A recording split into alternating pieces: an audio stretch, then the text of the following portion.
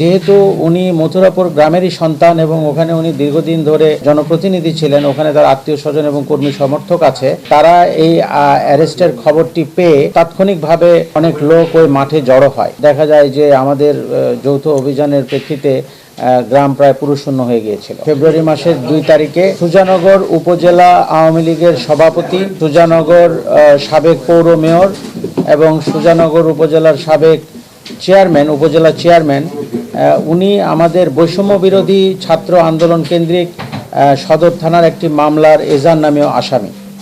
তো উনি আমাদের দীর্ঘদিনের ওয়ান্টেড আসামি ছিলেন। আমরা তাদেরকে ধরার জন্য বিভিন্ন সময় অভিযান পরিচালনা করেছি, কিন্তু উনি পলাতক থাকায় তাকে ধরা সম্ভব হতো না। কিন্তু গোপন সূত্রের ভিত্তিতে আমাদের সুজানগর থানা পুলিশ সংবাদ পায় যে উনি মথুরাপুর হাই স্কুল মাঠে তাকে দেখা যাচ্ছে। এইরকম একটা খবর পাওয়ার সাথে সাথে ওসি সাহেব তার একটা টিম নিয়ে মথুরাপুর হাই স্কুল মাঠে অভিযান পরিচালনা করে এবং সেখানে তাকে মসজিদের সামনে পাওয়ার প্রেক্ষিতে তাকে ওখানে গ্রেপ্তার করে আমাদের পুলিশের গাড়িতে উঠানো হয়। এমতো অবস্থায় কালার এক্সপার্ট, জর্জ স্যাপ এবং মাইল্ড অন হ্যান্ডস টেকনোলজি সমৃদ্ধ অরিক্স ক্রিস্টাল ওয়াশ আপনার লন্ড্রি এক্সপার্ট।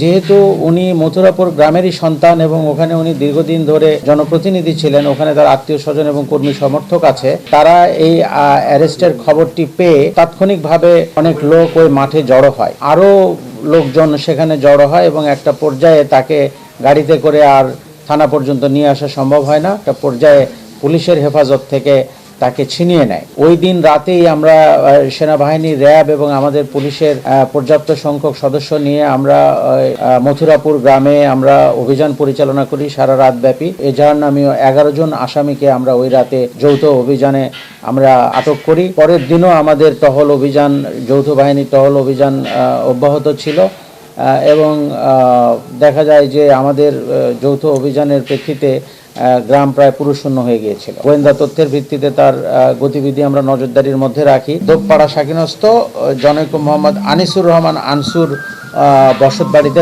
তাকে আমরা পাই। তার সাথে রাব্বি শেখ নামে আরেকজনকে আমরা আটক করি, যে ওই পুলিশ অ্যাসল্ট মামলার এজার নামে আসামি, তাকেও আমরা গ্রেপ্তার করতে সমর্থ হই।